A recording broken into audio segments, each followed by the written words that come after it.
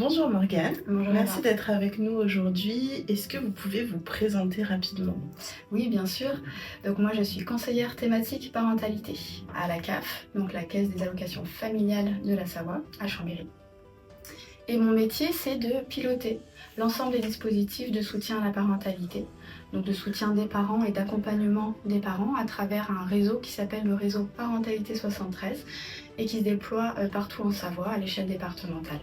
C'est bientôt le 8 mars Oui. et vous vouliez peut-être dire quelque chose par rapport à cette date spéciale? Oui, c'est aussi dans ce cadre-là qu'on fait cette interview. Et justement, c'est pouvoir dire, on parle d'égalité femmes-hommes. Dans le cadre de violences conjugales, je pense qu'on parle, en tout cas nous en tant que CAF, de parents avant tout. On parle de violences familiales, intrafamiliales, qu'il faut pouvoir protéger, accompagner le plus possible. La CAF 73 a été la première à être d'accord pour financer des abonnements pour une association pour tiers. Oui. Est-ce que vous pouvez nous expliquer ce qui vous a convaincu de nous soutenir?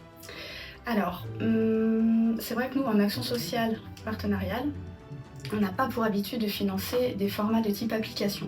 C'est quelque chose qui a pu nous questionner au départ. Et je me souviens, vous êtes venu nous présenter en fait Tiers, un comité de pilotage de médiation familiale et d'espace rencontre, qui sont donc deux dispositifs de soutien à la parentalité que j'accompagne en Savoie. Et d'ailleurs, à l'époque, l'application n'était pas encore en fonctionnement. Elle était encore en mode projet et en mode test. Et on a compris en fait très rapidement à quel endroit on pouvait accompagner et soutenir Tiers. On a compris l'utilité, les fonctionnalités, la simplicité d'utilisation.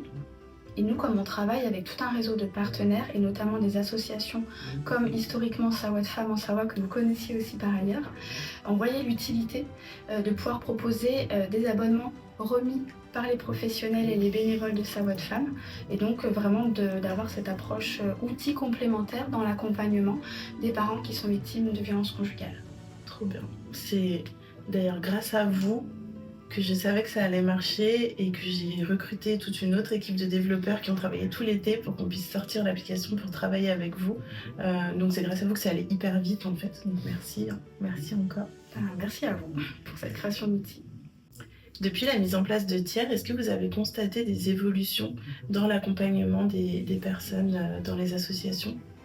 Alors en effet, on a proposé, donc nous on est dans le cadre d'une expérimentation. Finalement ça fait 1 an et quelques mois qu'on propose à Savoie de Femmes et également à la Sasson, qui est un hébergement d'urgence en Savoie, de remettre à titre donc gratuit des abonnements Tiers aux parents qui sont victimes de violences conjugales. Donc ce seront des mères pour Savoie de Femmes, mais aussi des pères accompagnés par la Sasson. En tant qu'acteur terrain, est-ce que vous avez des retours d'usagers de l'application? Oui, on a des retours d'usagers par le biais de nos partenaires qui eux-mêmes en fait sont en direct avec les publics et distribuent les abonnements Tiers.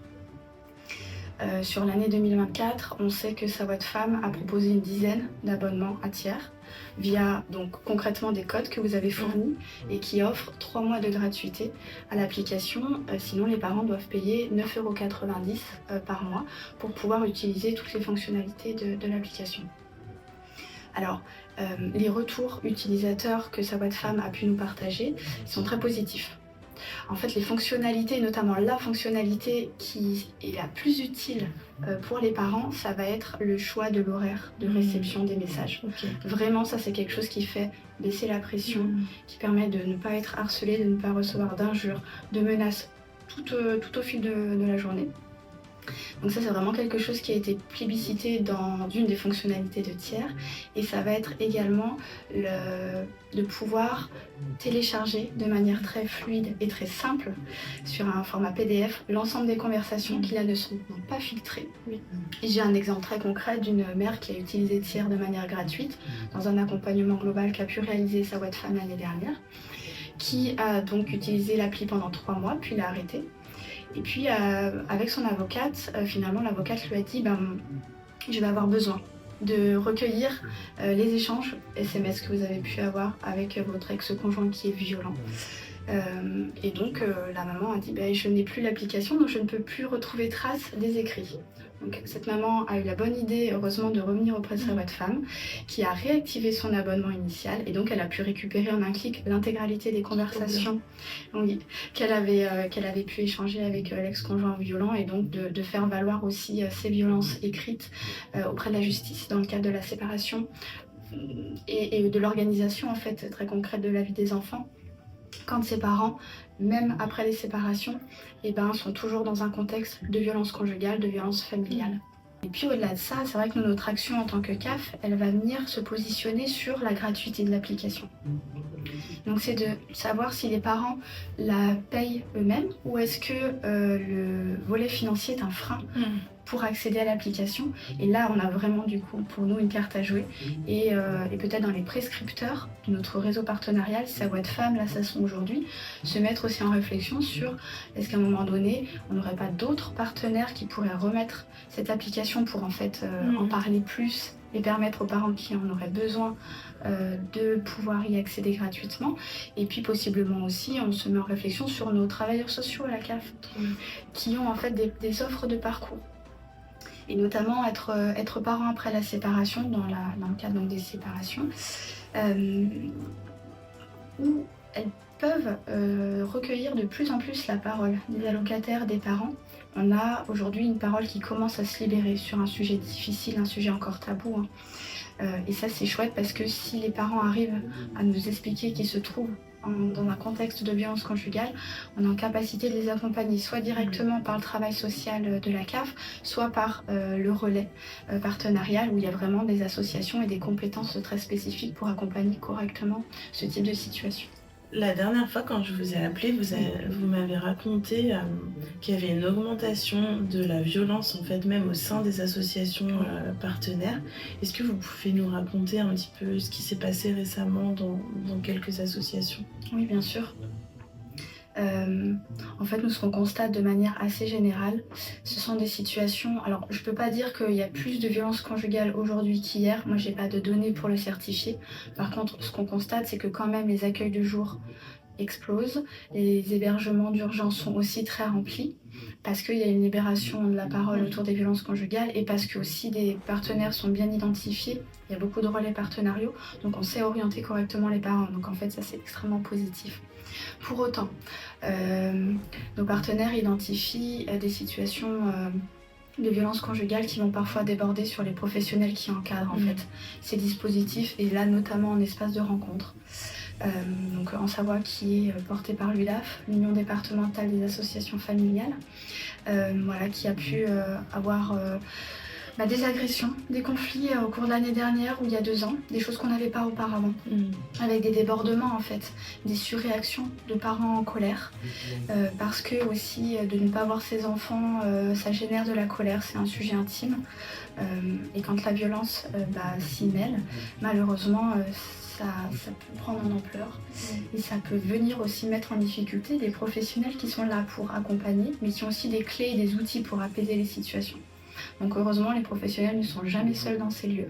Même quand il n'y a plus de parents accueillis et qu'il peut y avoir à ce moment-là des forçages de porte, des choses comme ça, les professionnels ont les outils et les clés pour aussi apaiser les situations et faire en sorte que derrière les accompagnements puissent se poursuivre et que le parent qui est non hébergeant de son enfant, qui vient rencontrer donc son enfant, qui voit assez rarement un espace de rencontre, puisse continuer à venir le voir dans un cadre sécure.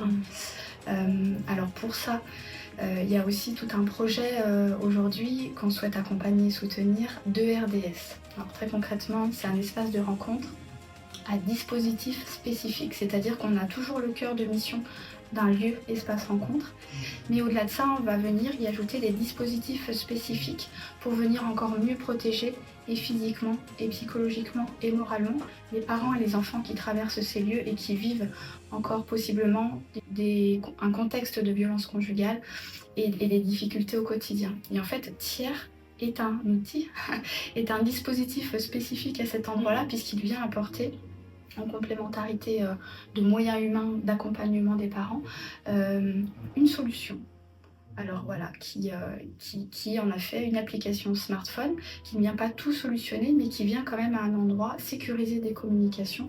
C'est vraiment ça qu'on souhaite accompagner là au cours de cette année 2025. Vous m'avez dit que vous discutez souvent avec vos homologues Oui. de tiers. Ouais. Quelles sont les réactions que vous avez? Est-ce que vous avez un peu des retours, des craintes ou de l'enthousiasme? Qu'est-ce qui se passe quand vous en parlez? Alors en fait, moi je note un vif intérêt. Nous, quand on est parti l'année dernière en partenariat avec Tiers, moi rapidement déjà à l'échelle régionale, j'en ai parlé à mes homologues des autres CAF pour leur dire bah voilà, nous on vient de se positionner là-dessus, on a eu quelques craintes, on y voit réellement l'intérêt, donc on est dans le cadre d'une expérimentation. Donc, ça permettait aussi déjà d'en parler à cette échelle régionale. Et de plus en plus, je suis interpellée par des CAF partout en France, qui me disent d'ailleurs souvent on a eu votre contact par le biais d'Eva. Et on aimerait savoir alors comment vous fonctionnez en Savoie, comment le partenariat s'est mis en place, quelles sont les enveloppes que vous mobilisez et à quelle hauteur pour travailler avec tiers. Alors moi je leur explique qu'on a choisi de passer par nos partenaires, mais que c'est aussi possible de passer par nos travailleurs sociaux. En fait, on a plusieurs portes d'entrée aussi à explorer et à vérifier pour faire se rencontrer à un moment donné le besoin et la solution et l'outil qui va venir y répondre. Donc j'ai souvent des échanges assez longs de mes homologues dans d'autres CAF qui sont finalement déjà assez convaincus.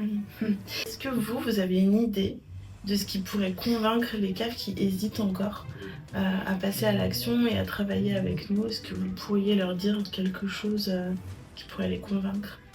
Oui, en fait c'est notre retour.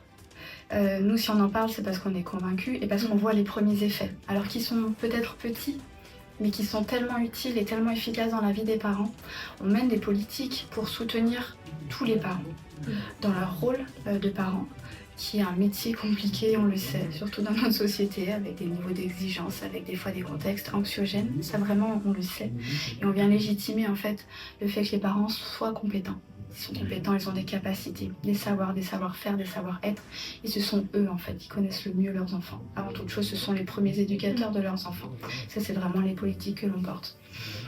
Et de se dire qu'à un moment donné, une application smartphone va pouvoir leur faciliter la vie, va pouvoir les sécuriser, les mettre en sécurité, leur permettre de continuer à organiser très concrètement la vie des enfants dans un cadre de violence conjugale qui est quand même extrêmement compliqué, même après la séparation, en fait on aura tout gagné. On aura tout gagné. Vous avez vraiment vu en tiers pas juste une application mobile mais vraiment un outil que vous alliez pouvoir vous aussi prendre en main. Comment est-ce que vous voyez le rôle de CAF aussi dans l'accompagnement de l'évolution de notre outil? En effet, on a passé le format outil, on a dépassé ce format pour vraiment vérifier l'utilité, les fonctionnalités dans le cadre d'une politique de soutien des parents, ça c'est très clair. Ça permet de se projeter aussi autrement avec un outil téléphone qui traverse nos quotidiens. Le numérique, on vit vraiment dans un monde numérique. On a tout le temps nos téléphones sur nous, partout, dans nos sacs, au quotidien, même dans les contextes professionnels. Voilà, c'est vraiment un outil qui nous traverse. Et c'est ça aussi, ce côté facile et accessible d'une application qu'on va pouvoir rapidement télécharger. Souvent on les a sur nos téléphones, ça peut être du loisir, c'est plutôt des choses ludiques. Et à cet endroit-là, c'est vraiment une sécurité. Et ça, c'est très chouette. Est-ce que vous pouvez en dire un petit peu plus sur le rôle des CAF du coup dans le développement de l'application? En fait, on a en effet un volet innovation de plus en plus qui s'inscrit dans nos politiques et qui traverse nos caisses d'allocation familiale. Nous, notre rôle principal, on va dire, et notamment en action sociale, ça va être d'identifier les besoins des territoires pour mettre en face des services aux familles pour pouvoir y répondre. Et on a aussi une capacité en fait à faire, une capacité d'ingénierie sociale et ça nous permet de découvrir des outils comme tiers, innovants, locaux, mais qui n'ont pas de frontières là pour le coup, puisqu'une application, c'est ça qui est très chouette, c'est que de la tester en Savoie, si ça fonctionne, ça peut être testé partout et approuvé surtout partout. Donc on a aussi ce rôle d'aider, de repérer ce qui existe sur nos territoires, de tester peut-être parfois de se tromper, c'est pas grave, c'est toute la beauté d'une expérimentation. Très souvent, elles sont positives et elles permettent de rebondir et d'aller plus loin et d'offrir des services de qualité auprès de nos publics qui sont les parents. Et complètement adapté aussi de plus en plus avec les retours. Trop bien. Oui, tout à fait. Est-ce que vous, à la CAF, vous avez pensé à d'autres nouveaux défis à relever pour accompagner les personnes victimes de violences? Est-ce qu'il y a d'autres choses que vous auriez envie de mettre en place et commencer? Ça va être l'accompagnement de l'UDAF pour déployer un espace de rencontre avec des dispositifs spécifiques et notamment plus protégés. Après, on a aussi une vision un peu plus globale puisque finalement, depuis fin 2023, donc un peu plus d'1 an, les CAF déploient un dispositif qui est la VVC, l'aide aux victimes de violences conjugales. Concrètement, c'est une aide financière sous forme de prêt ou de subvention directement versée aux familles lorsqu'ils nous interpellent à travers un dossier qui est très très sécurisé pour nous signaler des violences conjugales. Donc il y aura forcément un document qui atteste des violences par la gendarmerie, un dépôt de plainte, etc. Et ça permet à toutes les CAF en France de verser donc une aide financière selon la structuration de la famille, le nombre d'enfants, la ressource de la famille pour une mise à l'abri rapide. Donc on a récupéré aussi quelque part un bout de compétence autour des violences conjugales et de se dire on a aussi de la médiation familiale, on a aussi des espaces rencontres, on a aussi tiers.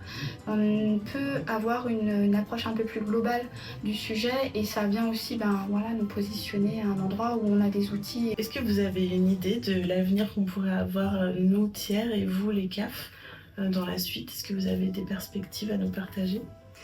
Alors, à l'échelle départementale, oui, bien sûr. Ça serait en fait, d'asseoir notre partenariat dans le moyen et dans le long terme, puisque ça fonctionne. On est convaincus de l'outil, on voit les retours des partenaires et des familles qui sont favorables. Donc c'est de pouvoir continuer et aussi d'apprécier et de travailler avec vous sur l'évolution que peut avoir Tiers pour toujours répondre au mieux aux besoins en fait, de ses parents. Et après, peut-être à une échelle plus nationale, il y a des volets d'innovation qui sont en train de s'ouvrir. Il me semble que Tiers a été repéré. Donc ça serait aussi peut-être d'avoir une voix beaucoup plus large. Est-ce que vous avez un dernier mot pour encourager d'autres CAF à nous rejoindre? Oui, tout à fait. Allez-y parce que ça fonctionne. Merci beaucoup Morgane. C'était un plaisir de discuter avec vous. Également. Et merci pour tout ce que vous faites pour nous depuis le début et de nous faire confiance. J'espère que ça durera encore longtemps. Je le souhaite aussi. Merci à vous pour toute l'énergie que vous avez pu déployer dans cet outil qui est vraiment super.